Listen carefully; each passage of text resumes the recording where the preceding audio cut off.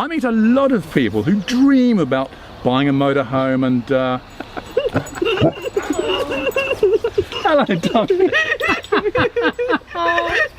Nice to see you. Right. Take 3. You start again.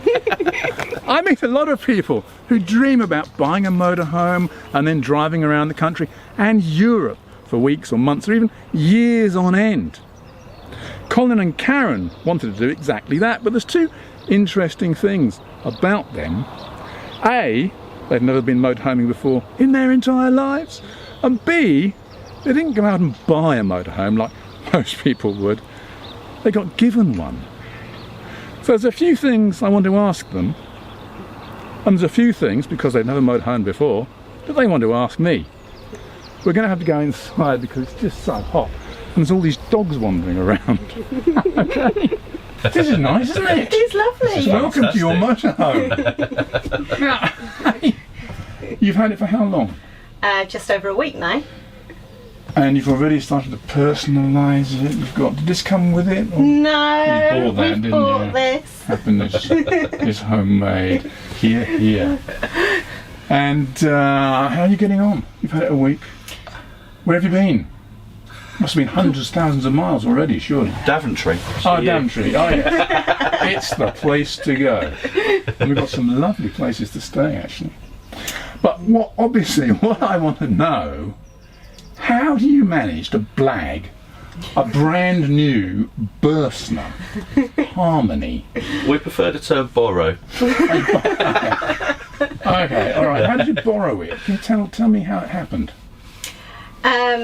I saw on a travel blog a link to apply to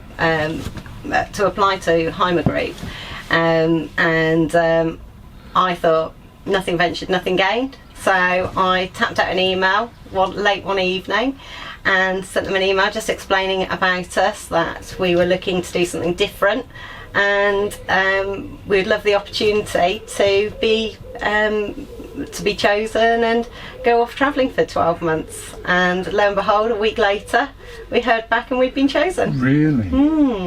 And then we went forward from there. They put the order in to Bürstner and we had to wait patiently for it to be built. It's just unbelievable. I just cannot get my head around this at all. And if you've had to sign lots of contracts and things saying that you're going to do this, that and the other, and you're going to look after it. A lot of it's built on trust. We've got a really good relationship now over the 6 months, so I've had lots and lots of conversations with them, and I think Hymer and ourselves, I think they know that we will look after the motorhome for them, and it's review it in an honest way. So that's what you're going to do. You're going to have a blog, aren't you? Yes. Yes, it's rewindthegap.co.uk. Okay. It's actually live now. Excellent. So that's quite exciting. And then you decided that you wanted to actually go travelling in Europe for how long? A year? Yeah, 18 months? a year initially, and then sort of see where that takes us. So it's So and you were working? We were. Yes. You're not now? No. Changing your jobs? Absolutely. Yeah. Quite a scary moment, really. Handing your notice. Very scary. And you've had to rent out your house. Yeah, we've got some tenants for that now. Sell the car. Sold my car yesterday. A bit upsetting, but this is quite a drastic venture, isn't it? This is not something you just want to take lightly, and yet you've done it so quickly. Yeah. And you've got dogs.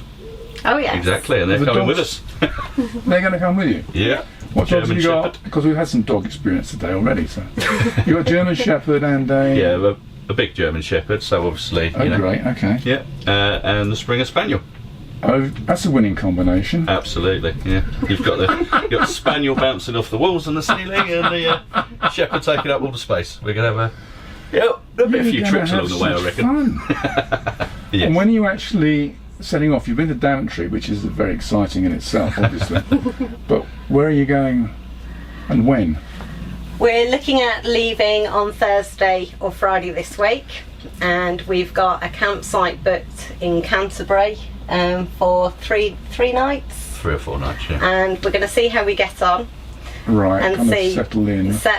and then we think that rather than rush straight over to France because of being complete novices, we're thinking that we might then sort of go up to the New Forest and spend a bit of time and wait till we feel comfortable before we go over to France. Okay. I'm going to Cornwall as well. That's yes. Oh, that's almost like going abroad. It is. It's as far as going abroad. Have you driven on the continent before?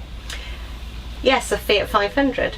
Okay, it's a bit different. And other small rental cars. We've had a few over the You know years. how to but drive on the right. Yeah.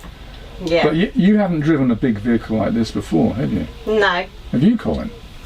for me to actually be able to drive this, I didn't have the C1 entitlement, so I actually had to. Well, I didn't tell Karen what I was doing. I said I was going for the C1, but actually I went along and did the the full Class C, so I got an HGV licence. Unbelievable. Well, I did tell her, but I said it was about. I think I said it was about £200 more to do it that way, but it was actually near 500. But you both can drive. You're both going to drive the motorhome, Yeah, we'll be sharing. which is, I think, really, really good. Yeah. Okay, well, as I said earlier, you've never had a motorhome before, have you? No. And there are a few things that you're not quite sure about. No. Quite a So, should we have a look round and you can sort of ask me questions as we look at things? And if there's anything you're not sure about, I probably won't be either, but we can always give it a go. Yeah? Yeah, It's that was fantastic. brilliant. Right. Yeah, Let's appreciate start. it. We should start at the front. Yeah. Okay, good. Come on, Colin. Sort it out. What's he doing? It's clashing with the steering wheel. Oh, Do they lock in then? only when you spin them all the way round. Right, so if I spin Possibly. But even then, possibly not. Swivel. No. it. Oh, yes. Yay! Oh, you're hitting the table, you're not far enough forward.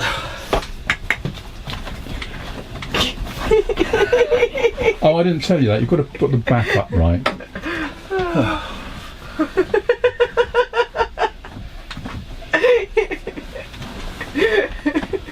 Keep going, keep going.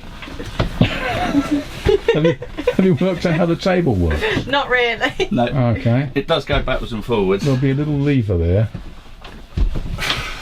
Come on, Colin, sort it out. Hey, not much good, is it? Oh, there you go. Yay! Well done.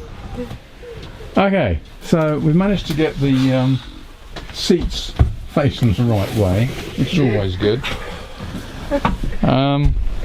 Oh, but I'm going to sit here now. Yep. Ah, yes. Oh, they're very comfortable seats, aren't they? They're lovely, yeah. So you've driven it, Yes. and have you driven it as well, Colin? Yes, we've taken it in turns so far. No problems. No, not in terms of just driving it, but coming to terms with the It's a Bürstner Harmony TD744. TD744. Okay, so the 744 means that it's 7.44 metres long. Okay. Probably. Didn't know that, did you? No, that's No. right. Yeah. And the TD means, well, it doesn't mean tumble dryer. Turbo diesel. No, it doesn't mean turbo diesel. It could mean twin beds. D meaning something in German. So this is a very unusual motorhome actually, because the first one I've seen with two dropping, elevating, roof-mounted beds, which are both a very good size, but that gives you an amazing amount of room. And also a thing about this motorhome is it's quite unusual for a German one, because you've got this L-shaped lounge. And U-shaped lounges are very, very popular in the UK because we spend most of our time in the motorhome because it's usually raining. And but L-shaped lounge, that's nice as well, and you'll find that very, very comfortable. What do you think of the general layout and the general appearance of the motorhome so far? The layout is another thing. We worked on the basis that Destiny was taking us on a bit of a path with this, because when we'd been to the motorhome show, one thing that we were struggling with was the layout that would accommodate the dogs. So when Rachel at Erwyn Hymer Group said it was the TD744, it was just absolutely ticked all the boxes for us, because we've got the floor space for the dogs to be able to be comfortable as well, which is important.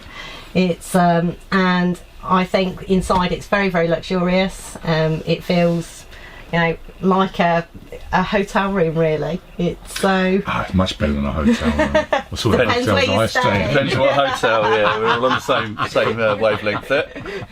You figured out how to spin the seats round, so you've got plenty of room here for 1, 2, 3, 4, 5 people and 2 dogs. So you can invite people in, which is always good. But when you do that, obviously you're going to want to maybe prepare some food and drink. Have you had a look at the kitchen? I don't know who's in charge of cooking. It'll be split. Karen mostly.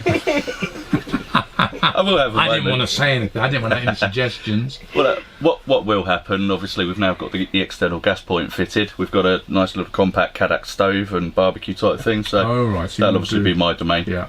So obviously. pinny on and tongs at the ready. Well, let's have a quick look at the kitchen and see what we've got there. Yeah, Yeah, that'll be a good start. brilliant. Right, so here we are in the catering quarters, the galley. You've got a very nice Dometic fridge here. I think you've been stocking it up in preparation, haven't you, Colin? Yes, Karen said to pack the van, so obviously did what I could to assist. Okay, so what have we got? 2 cans of beer. Beer and Moretti getting in the... That's it. Is that... what else would you want a fridge for? Obviously. Exactly. And it's not actually switched on because you haven't got the gas. You've got gas bottles, but no gas. Yeah. And you didn't have hook up, you haven't got hook up, and you asked me if the fridge would run on the leisure battery. The answer is definitely no. Okay. Definitely no. Except when you're driving. And that's why you have this, what's up here on this one? You've got this automatic selection here. So you switch it on, and we'll now get a warning light, which is there because there's nothing powering it. So get rid of that. But just turn it off because... Do we need to do anything else then, or just press the automatic and it does it itself then? Yes, you just switched it on and then make sure the A is lit, and that's it, and it will then automatically switch between mains, gas and 12 volt when you're driving. Oh, I can hear it igniting. Trying to ignite, yeah. This is the temperature adjustment, so in this kind of weather you really actually want to have it turned up high. And as you know, as you've pointed out already, we're on a bit of a slope because, well, we can't be bothered to get the ramps out, can we? And this is the only thing to bear in mind with this kind of fridge, is that if you are on a serious slope, it won't work. Okay. So on anything? On anything, not at all. It just will not work. Okay. So that's worth bearing in mind. So try and stay level is my advice. Oh, okay. Started to feel. Right, so what do you think? You're in charge of cooking, I know you are, because what do you reckon? You've got an oven down there. Got an oven and grill. You've got a grill. Got a little grill. Grill Yeah. is something you need to have. I haven't got a grill in my oven, so I had to get an Has it got a electric grill? toaster. Yeah.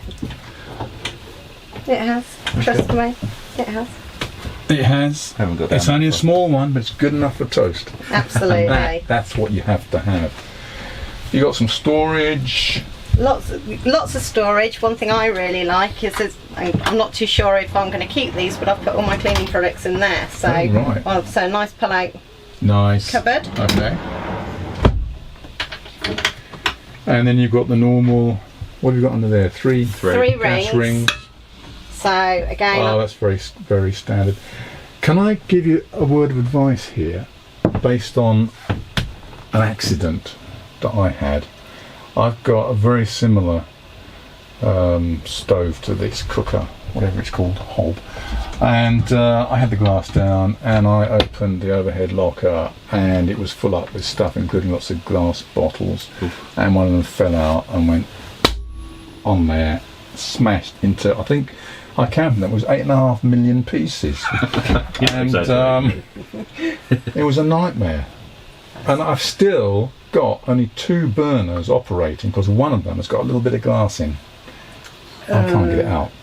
I'm going to have to turn the motorhome upside down or something. One thing I noticed, Karen, is you've got these cutouts here. Do you know what they're for?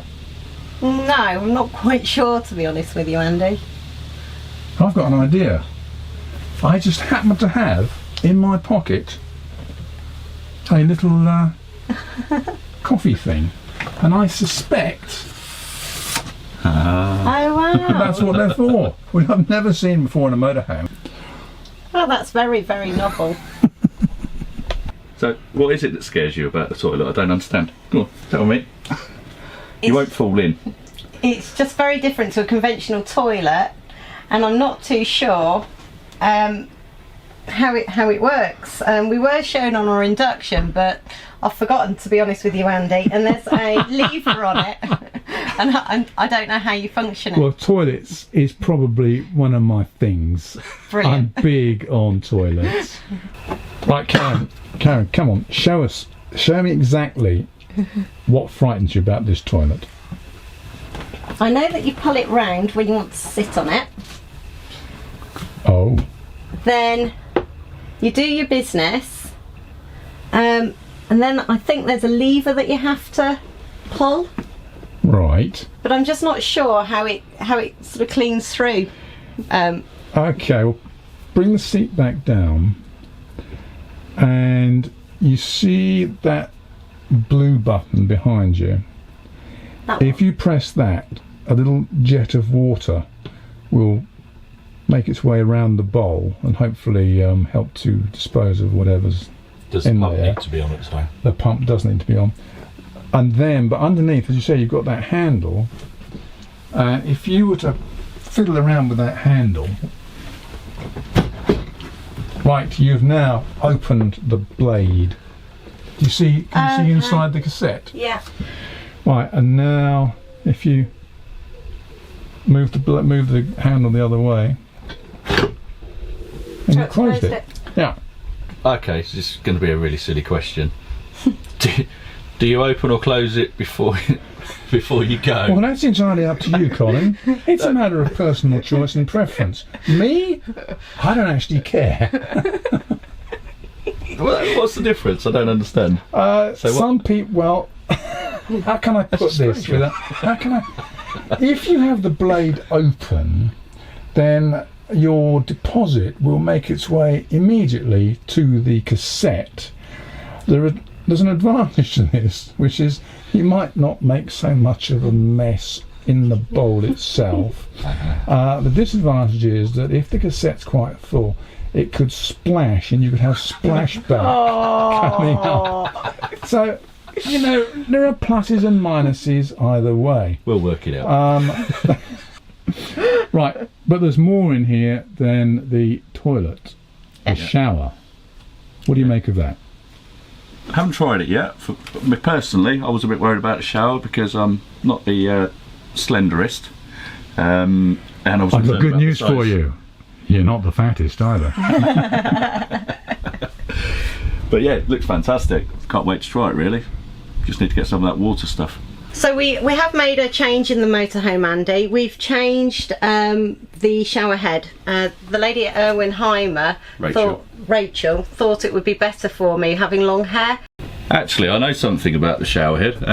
When I was at university a while back, I didn't understand why I'd ever need to know it, but it's something to do with planar and laminar flow. It lets the air in, and I think the chap who discovered the theorem was called Bernoulli. But I wonder when it will come in handy. There you go. Right now, Karen, there's something here that I've never seen before in a motorhome. It's a kind of like a letterbox slot in a cupboard underneath the sink. What is it? It's where your toilet roll comes out. I thought it was for posting letters to Santa. So behind the other side, and then you can feed your toilet roll through. Does it work? It doesn't at the moment with the weight of the toilet roll, so I think it will. Design flaw. Yes. It will work better, I think, when the toilet roll goes down a little bit. Maybe you have to turn the roll around the other way. I've tried it. Maybe you have to use special Bürstner toilet paper. Let's try it again. There you go. And see. I had the toilet roll the wrong way round. Oh, there we are. Now then, are you going to have a television? No. You're not going to have a television? No. Why aren't you going to have a television? Everyone who's got a motorhome's got a television. Almost everyone. We're going to rediscover the art of conversation. Fantastic. So you won't be needing this. No. Because this is a little television mount.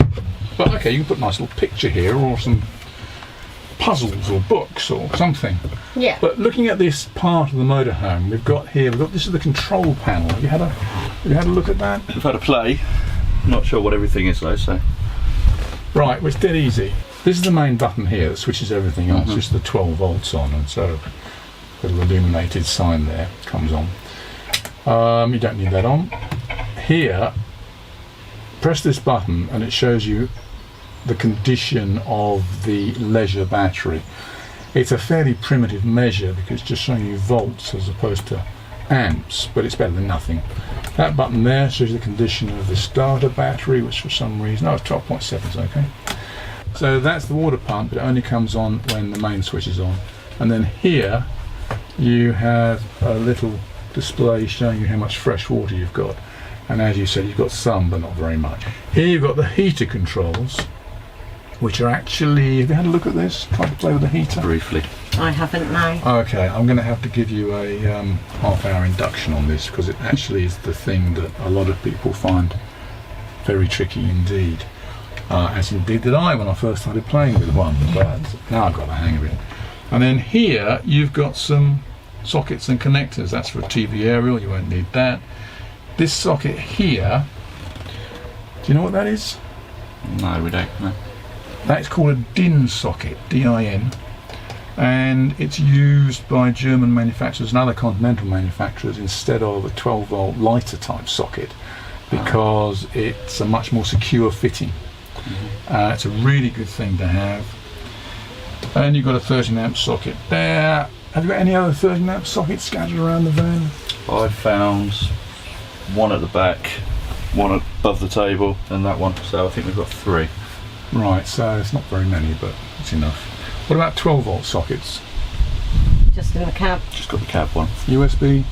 In the cab. In the cab. Nothing up the beds or... Haven't seen anything like that in there.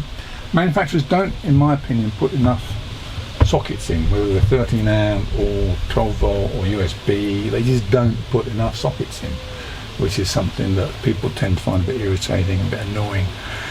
And oh, hey, there we are. You got the van for nothing. You can't complain. We're not complaining. Hey, let's talk about beds. You've got 2. Yes. And the one at the back is king size, Yes. and the one at the front here is just a big size. Double. Yes, double bed. Just a regular double. Yeah. Double. So you're going to use the one at the back. And show me how it works. Excuse me, Colin. Come on, Colin. So it's nice and simple, no messing. Turn the key, press the button, and the bed Whoa, drops it's down. quite speedy. It's really speedy. And then you have to move the cushions and so forth out of the way. Yes. And how far down does it come? It comes right down, so there is a step. However, we've discovered that really, I don't think we'll need the step. It comes right down to almost the level of a bed at home. Right. So, really good feature. And step And also plenty of doubles. room. Yeah, Storage in the step as well. plenty of room. Why have you got books in there, Colin? We're not taking a television, so I'm need thinking something beer. Beer. Good idea. I like that. So here we are, lounging in the lounge, which I have to say is very nice, and it's great in this L shape. I've not actually seen one of these before, as far as I can remember. It looks really convenient. It's very comfortable. What do you think of it? It's fantastic. It is. Spacious, isn't it? Spacious. Plenty of room for both of us. The dogs. I can imagine the shepherd down there. The Springer somewhere else, obviously probably on the sofa next to Karen. It just works really, really well. And you've got some storage here, Yes. Plenty of storage again. and storage under the seats. Yes. I think the storage under, I think it's just that one, which also doubles as a table. Doubles as a table. Yeah. You're Quite gonna- innovative, really. Do you want to see it? I do want to see it. I'm going to move out of the way. There you go, look at that, it's on wheels. The casters can actually be fixed, so if you're on a slope. It's amazing. And there's storage beneath for beer. I don't see why not. It's a pity it hasn't got legs, because then you could use it as a card table or something as well. Should we have a look underneath? It might Maybe it has. No. I think this is something that perhaps could be worked on. Hold on. Hold on. Hold on. Do you know, I think Every day it actually might lift up. I didn't realise that until I turned it upside down. Genius. We'd have discovered that on day 364, just as we're handing it back. That is really, really good. That is fantastic. So it's a card table. And it's a better height for us because the dogs won't knock the drinks over. Yeah. I can't help noticing your plant there, Karen. What can you tell me about that? Wow, it's a piece of bamboo, and apparently under Chinese culture, if you let your bamboo die, your love dies. So it's looking quite tragic, but it's still carrying on, and it's going to have to come to Europe with us. I was thinking it might like the journey. Different climate, different places we're going to, different water. It might perk up. It might perk it up.